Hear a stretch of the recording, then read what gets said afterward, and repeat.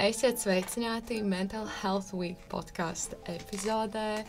Un, kas vispār ir Mental Health Week? Tas ir tāds interesants, jauns mums visiem projekts par mentālo veselību studējošiem. Un to visu mēs darām, lai gan pievērstu uzmanību vispār mentālajai veselībai, radīt drošu vidi sarunām par to un, protams, arī mazināt stigmas par mentālo veselību un par palīdzības meklēšanu, kas joprojām ir. Un šodien man klāt ir Katrīna Kazaka, psiholoģe, RSU karjeras atbalsta un labotības centra konsultante un vienkārši foršs cilvēks, manuprāt.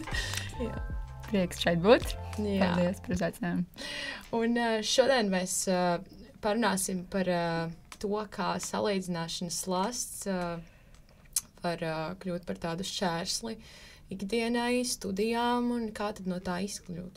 Kāpēc visi pārējie ir labāki par mani? Tas ir tas jautājums. Jo mēs jau katru dienu redzam kursabiedru panākumus, perfektos Instagram stāstus, izcilās atzīmes, un tas bieži vien liek mums justies sliktākiem. Tā kā mēs sevi nenovērtējam tik labi un daram par maz, neesam tik labi kā citi. Un tieši tāpēc šajā sarunā mēs pievērsīsimies tam, kā tā salīdzināšana ietekmē mūsu mentālo veselību un kā soli pa solim atgūt pārliecību par sevi un savu vērtību. Kaut kā tā ļoti gudri. Bet kāpēc mēs vispār salīdzinām sevi ar citiem? Jā, vispār salīdzināšana ir tāda aktuāla tēma.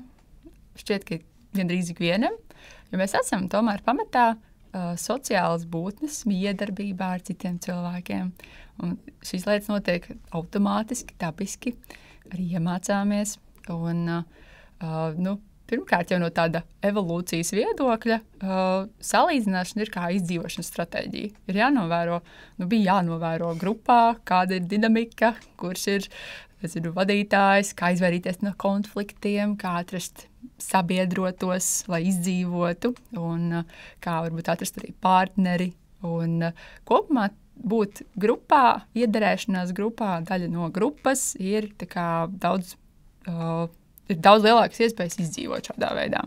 Līdz ar to kaut kādā veidā mums ir jānovēro, jāiemācās šī uzvedība, un mēs viņu patiešām arī mācāmies. Mēs ļoti daudz ko iemācāmies novērojot.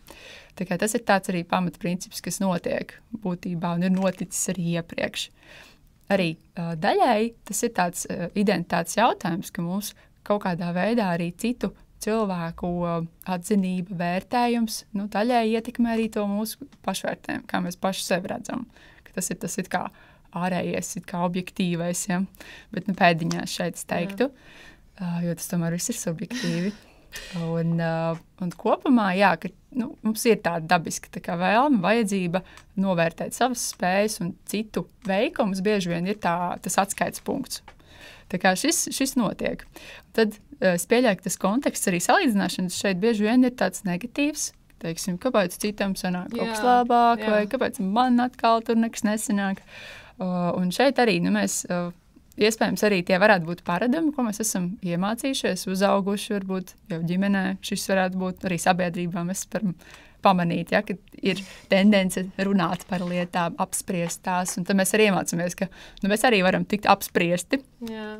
Un arī iemācāmies šo mehānismu. Tātad skatīties uz citiem, salīdzināt ar citiem sevi. Tā kā šis varbūt arī tāds apgūts mehānisms, vienkārši esot sociālām būtnēm. Bet vai tad īsens tas bija kaut kas labs, un tagad visiem liekas, ka salīdzinot sevi ar citiem vienmēr jūties sliktāk un neizvērtē sevi pietiekami labi, bet vai salīdzināšana tiešām var būt veselīga, tā var būt motivējoša, tā kā vai mēs varam uz to pastīties no tādas puses arī? Tātad, būtībā, ja mēs skatāmies, salīdzināšanai bija un ir sava funkcija.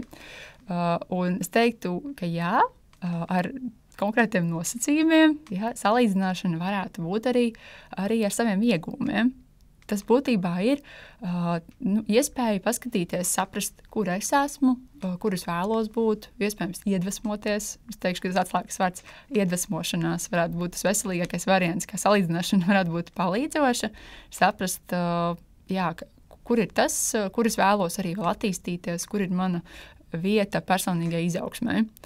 Un, ja to skatās šādi, iespējams, ka caur iedvesmošanos, citu panākumiem patiešām var atklāt arī vietu savam potenciālam.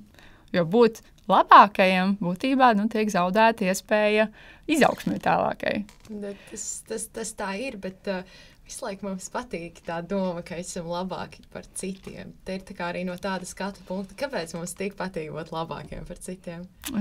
Šis ir interesanti, jā, ka savām praksē es gan biežāk saskaros, ka cilvēkiem ir automātiski pirmā doma, ka tieši otrādi, ka es neesmu vēl labāks par citiem, ka citi ir labāki par mani, neesmu gana labs, ir tāda top doma un pārliecība, ar ko ļoti bieži nāk saskarties klientu vidū.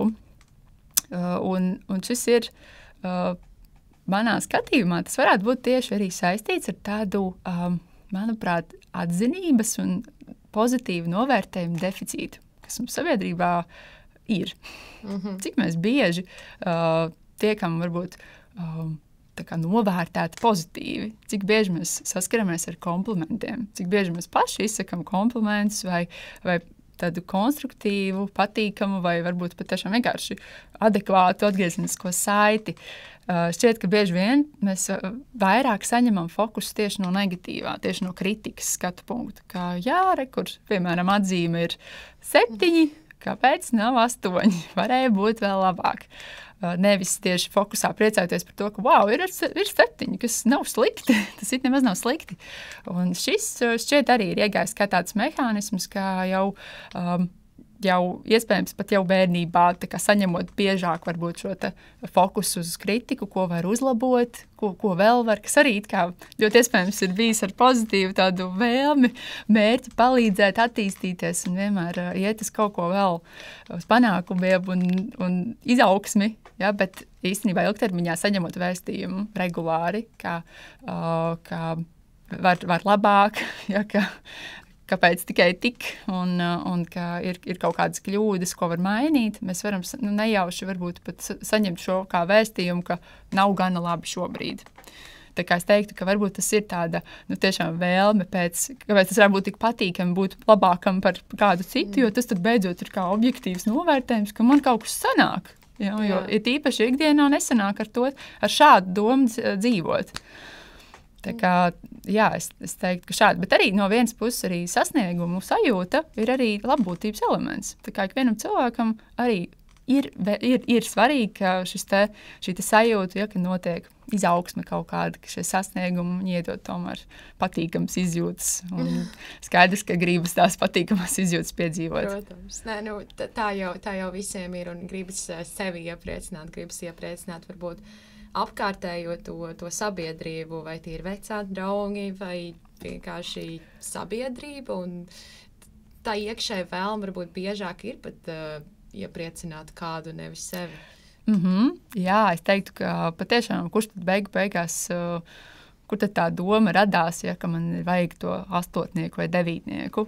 Visticamāk jau tas nebija tā kā oriģināli varbūt paša studenta plāns, bet tas ir nācis sākotnēji jau no varbūt vecāku gaidām, varbūt jau kaut kādi omīte vai skolotāji, un ka tā vide ir tāda, jā, tā kā pieprasoša, līdz mēs sākam jau tā kā paši no sevis pieprasīt. Varbūt, ka šobrīd objektīvi neviens no mums nesagaida neko, bet jā, protams, situācijas ir ļoti dažādas. Tā jūsuprāt vispār, pēc novērojumiem studējošiem visbiežāk kāds ir tas ārējais spiediens? Vai tie ir vecāki, vai draugi, vai studiju biedri, vai varbūt sociālai tīkli, par to nepietiekami labu... Jā. Šeit es teiktu, ka tiešām tas ir ļoti, ļoti individuāli katrā situācijā, bet kas kopumā tā kā cilvēka tādu pārliecību par sevi veido, tas ir sākotnēji, tā ir tā vide, kur cilvēks uzaug. Tā kā būtībā es teiktu, ka pirmā būs tā ģimenes vide, kas ieliks to pirmo ideju par to, kā tad pareizi ir, kā ir būt labam cilvēkam, gan labam, jo taču cilvēks piedzimstot ir tā kā balta lapa būtībā. Un nav nekādas spiediena, ekspektāciju un prasības. Tās visas mēs apgūstam, ko no mums prasa apkārtējie. Tā kā es teiktu, sākumā tas visticamāk ir patiešām stāsts par to, ko ģimene sagaida, kur cilvēkam rodas šī sajūta, kas tad man ir jādara, lai es būtu gana labs, vai kā ir būt, vai es esmu gana labs. Un es teiktu, ka tas nav tik vienkārši. Arī sabiedrībā mums tomēr ir kaut kāda veida uzskati, tīpaši es esmu dzirdējusi par tieši augstākās izglītības iegūšanu, ka tomēr to papīru vajag, un ka, ka tiešām, ka tas ir, pat ja students varbūt nav līdz galam, vai skolēns, kas tikko pabeidzis vidusskolu, nav līdz galam arī sapratis, ko vēlas, piemēram, studēt, ka tomēr ir tā sajūta, ka kaut kur jau man ir jāiet, jo no manis to sagaida kāds, un visi taču iet, un tīpaši tas ir lielākais tiešām sabiedrības daudzums, kas kaut kādā veidā iet un izvēlās tālāk mācīties, tad tas varētu radīt spiedienu. Dažkārt tas patiešām ir ģimenē, ka vecāki skaidri ir pateikuši, tev vajag diplomu un izdomā, kā to dabūs. Tad mēs arī varam jau saprast, ka tur visticamāk iekšējā motivācija varbūt būs grūtāk to atrast mācībās, ka tas ir bijis ārējs spiediens. Tātad, principā, var apgalvot to, ka ja tā motivācija studēt, kaut ko sasniegt, nāk ne no paša cilvēka, bet no ārienes, tad vienmēr ir grūtāk. Principā, jā. Tas tad ir ārēji vairāk motivācija, nevis iekšēji. Interesanti, es par tām studijām tagad aizdomājos par to, ka neesmu pietiekami labs un tā. Es biju izstādājis skola 2030 un es kā vēstnesis reklamēju RSU un aicināju jaunos potenciālos studējošos uz universitāti un ļoti bieži es dzirdēju frāzi, es nepieteikšos, es neiesniegšu dokumentus, jo es vienalga netikšu. Tā kā tā doma, ka man vairāk ir bail uzzināt, ka es netiku uzņemts, nevis pat pamēģināt. Tā kā es labāk nemēģināšu. Jā. Kā ir ar to? Jo tas jau ir, tas ir tajā situācijā, jā, bet tā ir jau bieži dzīvē. Labāk es nemēģināšu, jo es negribu failot. Jā, es domāju, ka tas jau vairāk varētu parādīt par tām jau esošajām pārliecībām, kas cilvēkam ir. Ja, ka varbūt ka tur jau mājo šī neesmu gana labs, pat vēl pirms ir pamēģināts. Un tad, tas iespējams jau ir izveidojies citā kontekstā vēl. Bet šis ir arī diezgan bieži sastopama grūtība, ka tajā brīdī, kad mums ir bažas, kā tad citi uztvers, un tāda nepārliecība nav tās iekšējās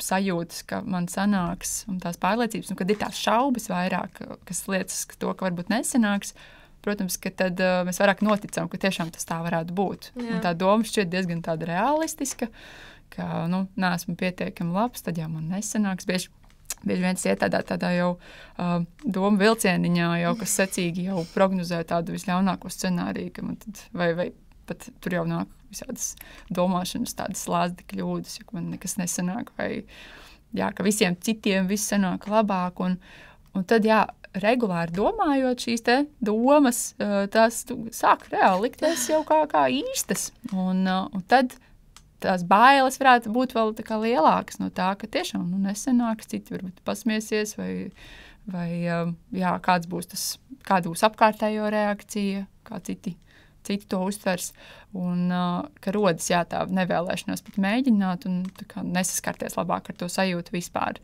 Jo mūsu smadzenes būtībā tur ir tāds vienkāršs mehānisms, grib piedzīvot pozitīvo pārsvarā un grib izvairīties no negatīvā. Tikai dažkārt viņas tur prognozē pa savam un tā. Mums pa slikti, jā. Bet tā vispār definīcija, veiksmes, neveiksmes, vai mēs varam, vai ir kaut kāda tā definīcija, ko mēs paši veidojam, vai arī tomēr tas vienmēr būs kaut kāds sabiedrības spiediens un kaut kāds veidots uzskats, ne mūsu veidots uzskats par to veiksmi, neveiksmi. Es domāju, ka atgriežoties pie tā paša piedzimstam kā baltas lapas, tas viss būtībā ir jau esošs uzskats, ko mēs iemācāmies un integrējam savā domāšanā. Un šeit arī man šķiet, ka bieži vien studentiem, piemēram, saskaroties ar sliktāku atzīmi, piemēram, vai saskaroties ar izkrišanu kādā kursā vai eksāmenā, es pieļauju, ka to sāk definēt kā neveiksmi vai neizdošanos. Un šķiet, ka jā, tas tāds mans novērojums, ka sabiedrībā bieži vien kļūdīšanās tiek kaut kā asociēta ar neveiksmi, ka ja man pajautās pasniedzējs jautājumu, un es neatbildēšu pareizi, es būšu neveiksminieks, un tas būs kauns un izgāšanās. Un tieši par to, ka es nezināšu pareizo kaut kādu atbildi, tā būs izgāšanās, arī diezgan bieži es to sadzirdu šādi.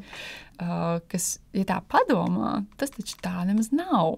Būtībā tas, man šķiet, ka jā, diezgan bieži neveiksme ir asociēta ar kļūdu. Kaut arī kļūda ir pilnīgi, kļūdīšanās ir dabisks mācīšanās process. Tā kā visi kļūdās, arī bērns, kad mācās staigāt, sākumā nokrīt entās reizes. Tas ir tikai process. Un arī mācībās, ja students visu zinātu, tad kāda jēga nākt uz augstskolu. Tā kā nekļūdīties, tad ir bezjēdzīgi šeit būt. Tad liek iztērēts laiks, jo mēs jau kā studenti ir šeit, lai kaut ko jaunu iemācītos. Jā.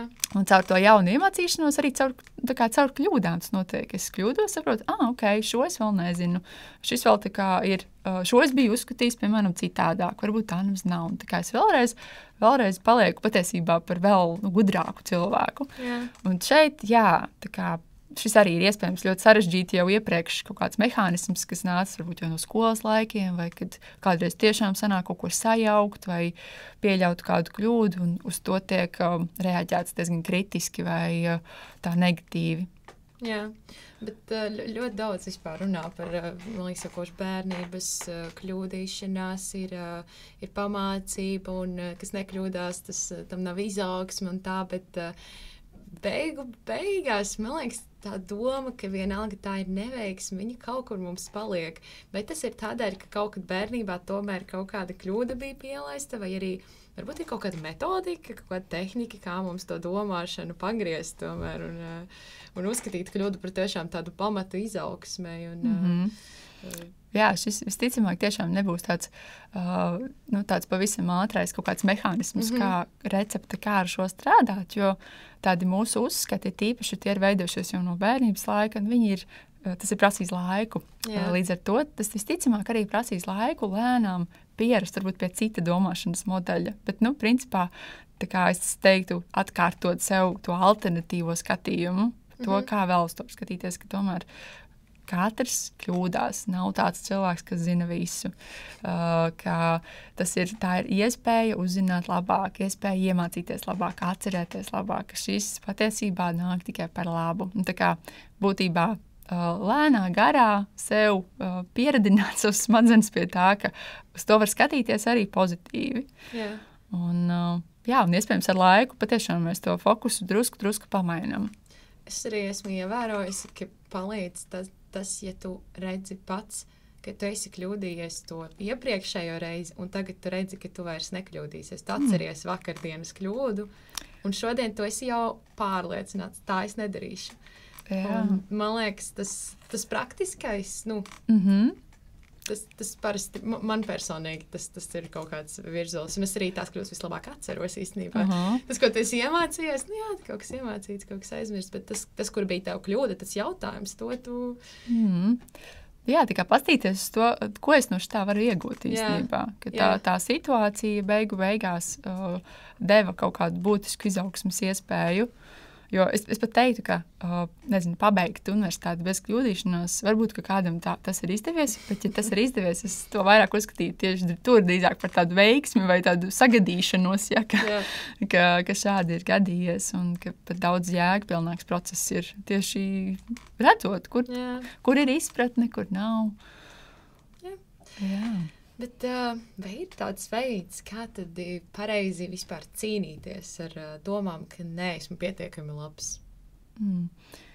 Ka neesmu pietiekami labs, tas ir tāds, man liekas, ka tur vienmēr ir vērts papētīt, kur tā doma ir radusies.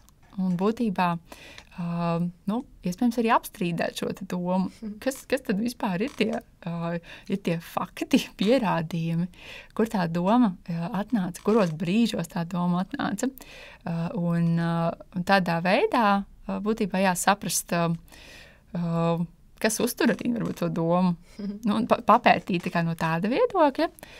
Un bieži vien arī mēs nonākam pie tiešām apskatot faktus un realitāti, nonākam pie tā secinājuma, ka mēs bieži vien tiešām izfiltrējam vairāk, fokusējamies uz to, kas varbūt nav sanācis, un bieži vien izlaižam to daļu, tās visas entās pieredzes un situācijas, kur ir lieliski izdevies. Un tas mums ir tāds arī mehānisms, kas ir iegājies jau no senākiem laikiem, ka mēs primāri fokusējamies uz draudiem. Mēs meklējam, kas varētu nesanākt, vai kaut kādā veidā, vai kur ir apdraudējums, jo tā ir drošāk sākumā pamanīt un tad atvairīt.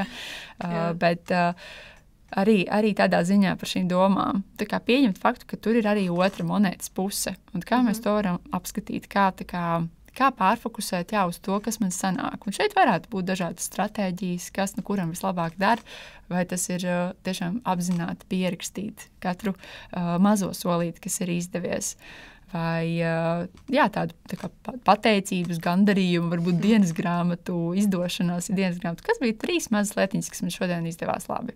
Un visticamāk, ka tādas būs. Un arī varbūt pat tiešām paskatīties uz šiem sasniegumiem drusku citādāk, ka nevienmēr tas sasniegums vai panākums būs, pirmā vieta starptautiskā konferencē. Tas ir diezgan reti piedzīvot varbūt tādu situāciju.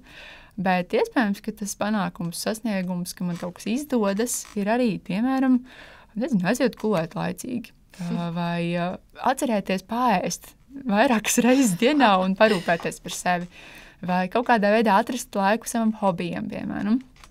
Tā kā to ņemt tādā jau plašākā varbūt kontekstā un sākt tos mazos solīšus pamanīt. Un tas arī ir tāds trendiņš. Tā kā es teiktu, nav tādas vienas pareizās stratēģijas, kā cīnīties ar domām vai kā citādi, bet tur varētu tiešām sākumā papētīt, apstrīdēties, jo tas nekad nav objektīvi, tikai tā viena daļa. Jā. Un sākt meklēt veidus, kā es varu pārorientēties no citu mērauklas uz savējo. Tā kā bija tas, man liekas, iepriekš teica arī par salīdzināt ar savu vakardienas versiju, vai kādas kļūdas es vairs nepieļauju. Tā kā, tur dažādas stratēģijas, ticamāk. Man liekas, ļoti interesanti par to pierakstīšanu. Tas ir visu laiku sev atgādināt, ka tomēr atkal par to pašu vērtību, pašvērtējumu, par to, ka es esmu tā vērts, es esmu pietiekami labs, lai to sasniegtu. Hei, es esmu to sasniedzis. Un tā doma, man liekas, vienmēr nepietiek mums tās domas. Tā kā kaut 10 reizes dienā tu tos teiksi, vienalga var arī 11. Tieši tā, tas ir trendiņš. Jo biežāk šādas domas piekopē to, tas ir būtībā fokus, uzmanības fokus arī uz pozitīvo. Un tas ir tiešām tāds trendiņš, jo mēs ikdienā pārsvarā meklējam, esam pieraduši, iespējams, kur vēl var labāk, kas citam ir izdevies labāk, kur ir vieta izaugsmai. Un tas arī ir tas, kas uztur bieži vien ilgtermiņā to domu, ka neesmu gana labs, ja visu laiku ir jāattīstās, bet spēt apstāties un vienkārši pamanīt šobrīd, kas ir tas, kas jau ir paveikts līdz šim.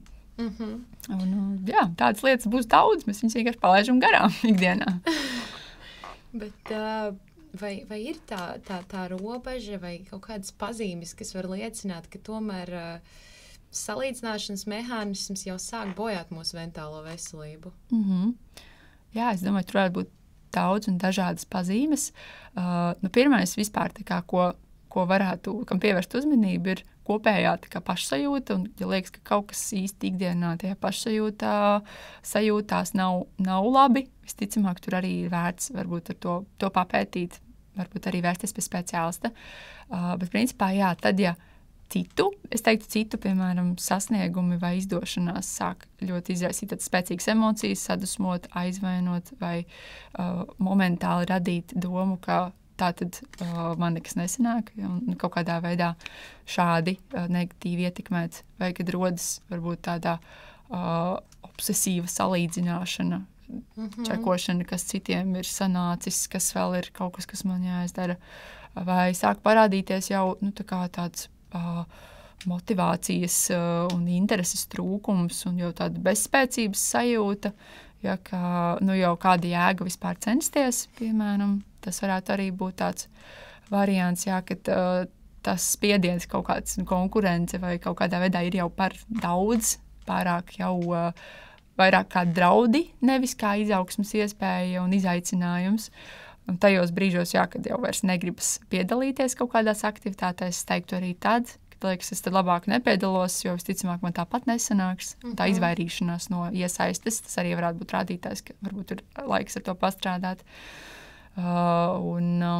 Jā, visdažādākie, jā, tāda, kopumā tāda mazvērtības sajūta vai lēkājošs pašvērtējums, kā no ārējo cilvēku tāda ārējā viedokļa, kad sāk ietekmēties tas mana vērtības sajūta, ka tā nav tāda pastāvīga. Jā. Tā kā, jā, bet principā iekšējā sajūta dažkārt arī var pateikt priekšā, ka, un es teiktu, to varbūt arī neatstātu uz tādu pēdējo brīdi, kad viss ir pavisam slikti, bet kad jau sāk varbūt brīžiem kaut kādas iezīmes parādīties, ka nav tā apmierinātība vai kaut kādā veidā dzīves tas labklājības līmenis ir kaut kādā veidā samazinājies. Un ar šiem jautājumiem strādāt ar speciālistiem laikus jau. Okay. Jā, bet interesanti arī bija par konkurenci. Mēs tā mazliet pieskārāmies tai tēmai, bet tas ir par to salīdzināšanu ļoti līdzīgi, bet konkurence pati pa sevi jau grūti, tā nepastāv bez salīdzināšanas pa labam, un visi jau saka, ka konkurence ir kaut kas ļoti pozitīvs un kaut kas ļoti labs, un mēs te runājam par to, ka salīdzināšana tomēr ir arī negatīvs ieskats, un kā tad ir ar to konkurenci kopumā vispār? Vai konkurence ir laba lieta? Viss atkarīgs no cilvēku, no apstākļiem. Ne? Mums katram arī tas tā kapacitāte un spiediens, cik daudz tad var izturēt, arī būtībā atšķirās. Un ar konkurenci ir tā, ka mērena konkurence ir patiešām varbūt palīdzoša, varbūt kā pamats izaugsmai, ja to vairāk uztver tiešām kā tādu iedvesmu un tādu iespēju pastīties, ka šis ir izaicinājums, ir kaut kādi konkrēts varbūt kritēriji, kuros var mēģināt īpaši sportā, uzņēmē darbībā konkurence. Mērena konkurence var būt ļoti palīdzoša. Tā kā testēt savas limitus un uzzināt, es varu pat vēl vairāk iespējams. Un tur rodas, varbūt pat labākas idejas, radošums un tam līdzīgi. Bet savukārt var arī būt, kad konkurence ir pārmērīga. Un tajos gadījumos, gan, ja to uztver vairāk kā draudu, apdraudējumu, ka nezinu, kaut kādā veidā, ja es neuzvarēšu, piemēram, tad es kaut ko zaudēšu. Un šķiet, ka arī studiju vidē tas varētu būt aktuāli, kad ir, teiksim, stipendijas, vai, teiksim, šīs te budžeta vietas, ka tas šķiet jau kā apdraudējums, ka ja es izkritīšu no savas budžeta vietas, tad man būs finansiāli kaut kāds risks varbūt, Es teiktu, ka tad jau tas varētu sākt radīt negatīvu efektu, radīt papildus trauksmi, stresu, raizes un mazināt sadarbību. Tā kā būtībā konkurence tajā brīdī, kad ir vienots mērķis visiem jau, tad tā varētu būt mērenās devās palīdzoša, bet tajā brīdī, kad jau ir tiešām katrs pats par sevi, tā vide jau kļūst diezgan tāda nepatīkama. Tā kā, ja ir pārmērīgi, tad arī vairs nav labi. Tā kā viss beigās ir tā balansiņā. Jā. Bet interesanti arī par tiem pašiem sportistiem, ka ir pazīstami cilvēki, kam konkurence pilnīgi ieslēdz kaut kādu deksmi acīs un ir virzulis uz priekšu ļoti liels, bet ir cilvēki, kas otrādi izslēdzas, un tad tā konkurence nedarbojas. Tad nav kaut kāds vienots mehānisms, kā tas uz visiem strādā, vai ne? Jā. Dažādi tomēr es. Tieši tā. Un arī tas, ka tajā brīdī, kad tas piemēram, tā latiņa ir pārāk varbūt augsta, ka cilvēks iekšēji nenotic, ka vispār iespējams šo pārsist. Piemēram, kāds pasaules rekords sportistiem. Jā. Es saprotu, ka es tiešām tur neuzliekšu augstāk. Tad es teiktu, ka tas jau apspiež tādu motivāciju un rada jau vēlmi atteikties no šī ka te jau nav vērts piedalīties. Bet tajā brīdī, kad šķiet, ka šis varbūt pat ir kā izaicinājums, ko es arī varētu izdarīt, tad tas varētu radīt to teiksmi, kad ir tā ticība, ka man sanāks. Jo, ja ir pārāk daudz spiedienu un prasību, kuras jau sāk palikt grūti realizēt, tad ir saprotams, ka sāk parādīties bezspēcības sajūta. Kāda jēga censties, ja man nesanāks, piemēram. Tā kā pārāk daudz reizes piedaloties, cenšoties un zaudējot, man liekas, tas arī var radīt tādu sajūtu, ka nav vispār vērts piedalīties. Jā. Tā kā tur arī varbūt par pārmērīga konkurence, vai pārāk augstas prasības varētu būt nepalīdzošas tai savai izaugsmēji. Jā. Tad tāds pēdējais jautājums.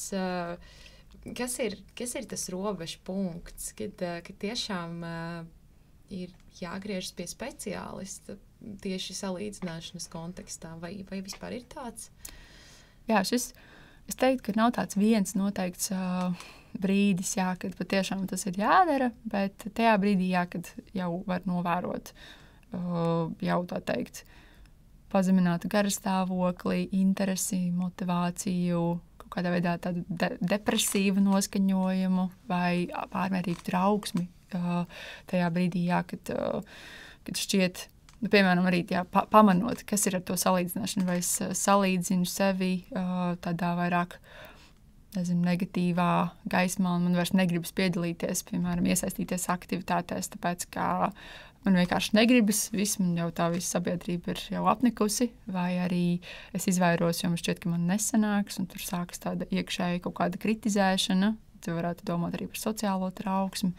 Tā kā brīžos, kad būtībā pārmērīgi intensīvas, spēcīgas emocijas, stress, trauksme vai tieši tāda nomāktība, izteikta enerģijas, motivācijas, intereses zudums un grūtības funkcionēt, ka tas apgrūtina reāli ikdienu, tad tas ir tiešām pēdējais brīdis, kad doties pēc atbalsta. Un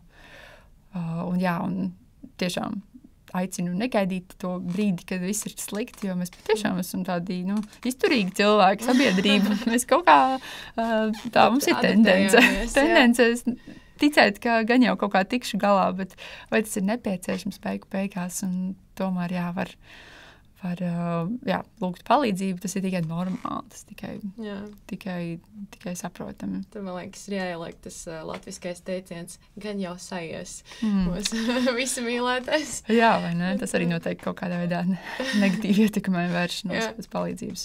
Jā. Kaut kā tā. Paldies par šo foršo sarunu. Man liekas, ļoti daudz ko jaunu uzzinājām. Paldies par tēmas aktualizēšanu. Šis tiešām, es domāju, studentu vidū varētu būt ļoti aktuāli. Ne tikai studentu vidū. Protams, man liekas, tā ir tēma, kas viscaur dzīvi vispār ir aktuāla.